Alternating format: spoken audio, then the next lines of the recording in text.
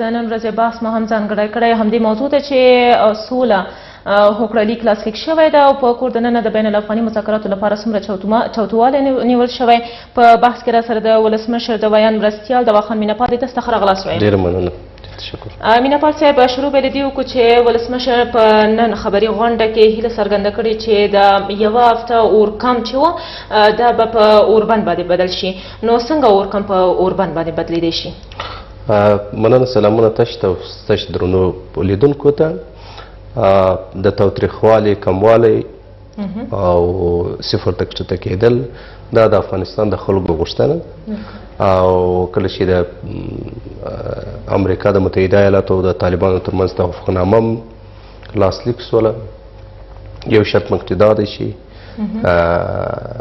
موږ به تر اورکم وروسته اوربند ته ځو. د افغانستان حکومت به د افغانستان د اسلامي جمهوریت له ادرسه مذاکراتو ته آماده کړي. نو دا غوښتنه د افغانستان د ولس ده او د افغانستان ولس د افغانستان حکومت په دې باندې مکلف کړی دی چې کله چې مذاکراتو ته ځي له طالبانو سره، دوی د همدې جنګ ختمېدل غواړي او اوږدمهاله اوربند غواړي. لکه څنګه چې پوهېږو تېره ورځ د اورکم وروستۍ ورځ وه او اورکم ختم شو. نو نن ورځ څنګه وه؟ آیا حکومت له نن ورځې د طالبانو له دریځ نه راضي دي که نه؟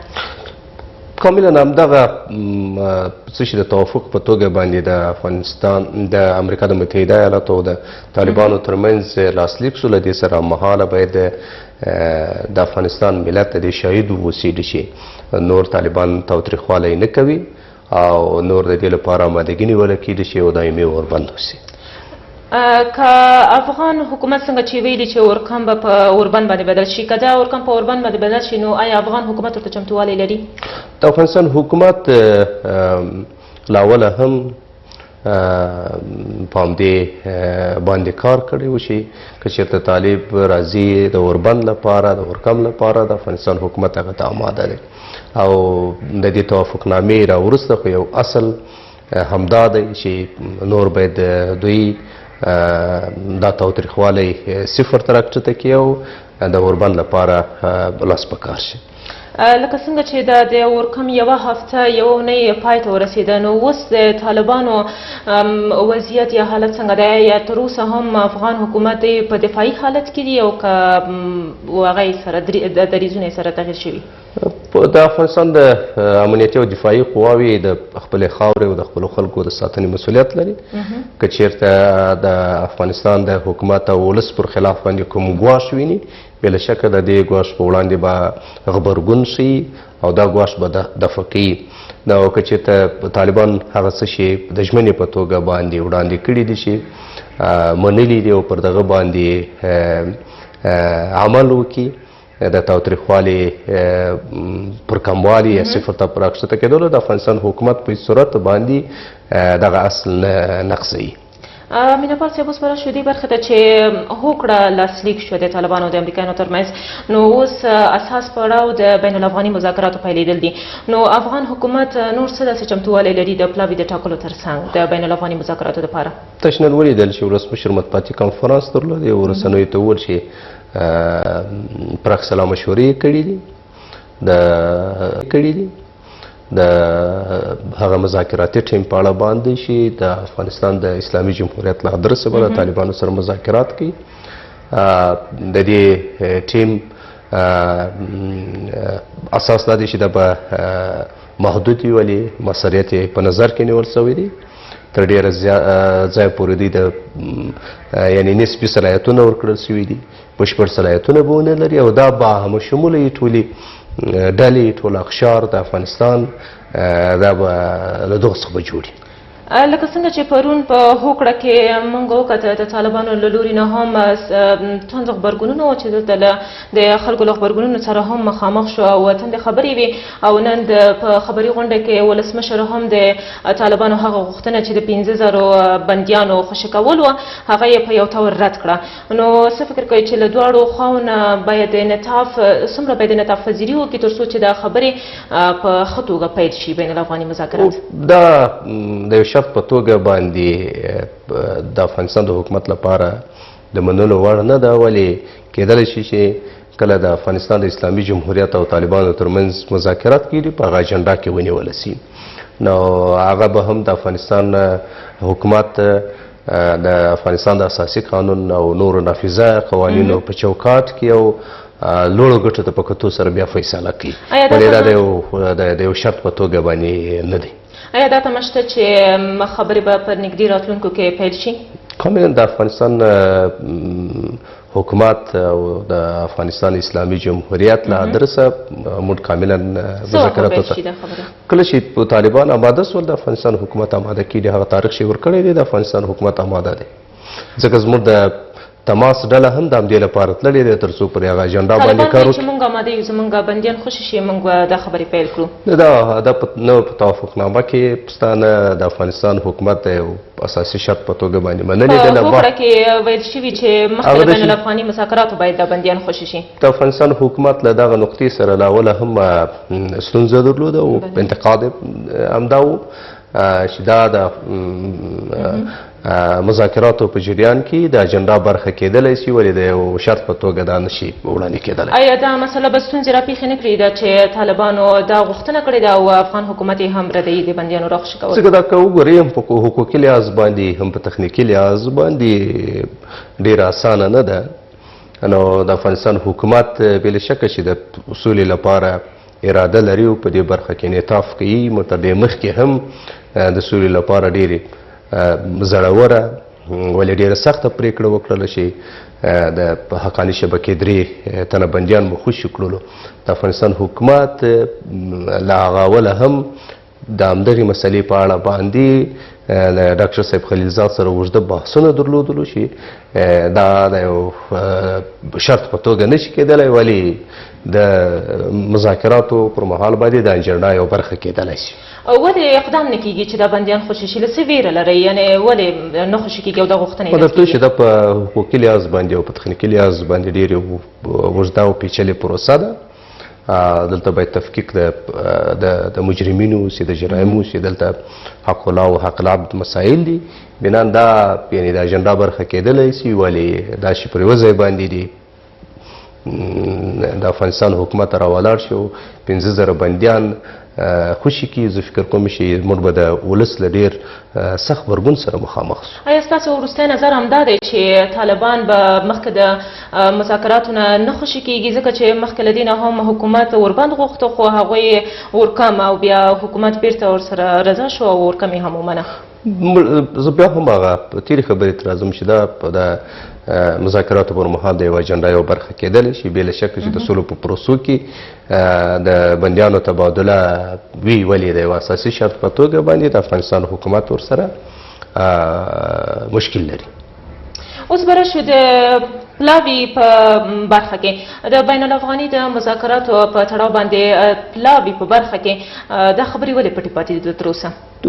د افغانستان حکومت له اوله هم ویل شي په دې اړه باندې پراخ سلا مشورې کړي او کله چې د بین الافغاني مذاکراتو مرحله را رسیږي پلاوی به معلوم شي او د پلاوی لپاره کامله آمادګي نیولې د دې لپاره چې دا ستونزمنه نه شي، جنجالي نه شي، تاسو په تیر کې شاهدان یاست چې اوږده لیستونه جوړ سولو. نو د دې لپاره چې دا مسله جنجالي نه شي او یو د شي مذاکراتي ټیم چې هغه هم شموله وي، هغه د افغانستان د اسلامي جمهوریت له ادرسه او هغه ارزښتونه شي د افغانستان ملت حکومت ته د شرایطو په توګه باندې وړاندې کړي دي دا وساتي او له دې 13 کلونو له لاسته راوړنو له اساسي قانون د بیان ازادي د وګړو حقوق بشري حقونه د زده کړو حق دا هغه څه دي چې د ارزښتونو په توګه باندې وړاندې شوي دي. نو هغه کسان چې د مذاکراتي ټیم په دغه کې ځي په ډله کې ځي هغوی باید په دغو شیانو باندې باور ولري او له دغو څخه هلته دفاع وکړي. مینه پال صاحب لکه څنګه چې ولسمشر ویلي و چې پلاوی به هم شموله وي، نو په کور دننه دا جنجالونه آیا دې ته اجازه ورکوي چې دا پلاوی به هم شموله وي؟ کاملا پر دې باندې پوره سلا مشورې سوي دي. لا کاټیا ولیدل چې سلا مشورو ته دوام ورکول کېږي ولې دا په طالب پورې اړه لري چې څه وخت د افغانستان د اسلامي جمهوریت سره مذاکراتو ته آماده دی. که دوی آماده شي د افغانستان حکومت په دې اړه باندې له مخکې هم پراخې سلا مشورې کړي دي او داسې کسان به وټاکي چې هغه ټولو افغانانو ته د منلو وړ وي او له دغو ارزښتونو چې دا په تېرو 1800 کلونو کې له هغو لاسته راوړنو چې په دا تېرو 1800 کلونو کې موږ لرو هغوی څخه دفاع وکړي او پر هغوی باندې بحث وکړي د همدې لپاره آمادګي نیسي. لکه څنګه چې پوهیږو ویل شوي چې بین الافغاني مذاکرات به د هود په 20 باندې پیل کیږي او په 19 تاریخ باندې د لوړې مراسم هم دي. نو دا دواړه کارونه به په یو وخت کې ترسره شي او کنه د لوړې مراسم مخکې له مذاکراتو نه امکان لري یا ترسره به شي؟ انتخابات او بصوره د دوی جلا پروسې دي او د افغانستان حکومت اول هم ټولو ته واضح کړی و چې دا یوه پروسه د بلې لپاره نشي درېدلی او هر یو به خپل وخت هر اقدام پر خپل وخت باندې کیږي. بنان د افغانستان حکومت باید د سولې مذاکراتو ته له یو قوي موقف وړاندې شي او د حکومت سرنوشت دا معلوم سوی دی، انتخابات پای ته رسېدلي دي. بنان دا چارې به هم کیږي او د نورو پروسو لپاره به هم چې هغه د سولې مذاکرات دی دغه لپاره به هم آمادګي او په دې برخه کې کومه ستونزه هم نشته. مینه صاحب د پلاوي په برخه کې ولې دا د پلاوي نومونه نه په ډاګه کیږي او نه ویل کیږي؟ حال دا چې خلک هم دې ته په تمه دي چې پوه شي راز یې څه ده، ولې هم دا خبره پټه ساتلې ده تر اوسه؟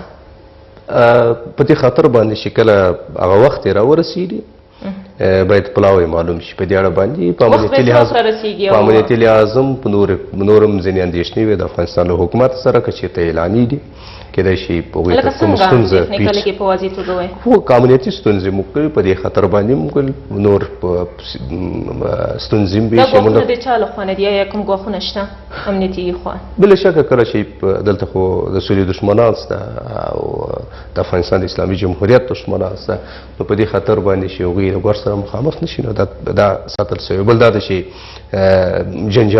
هغه جنجالونه چې په تېر کې تاسو شاهدان ولاست چې د افغانستان ملت تمسخر سو، د افغانستان حکومت تمسخر سو چې دا د ورا روانه کړې ده. د دې لپاره چې دا اوږدلې ستونزې او ستونزې نورې راولاړې نه کړي په دې خطر باندې دا ساتلي دي. ولې دا به همه شموله وي او ټولو ته به د منلو وړ وي او له دغو جمهوریت او له دې ارزښتونو به دفاع کوي.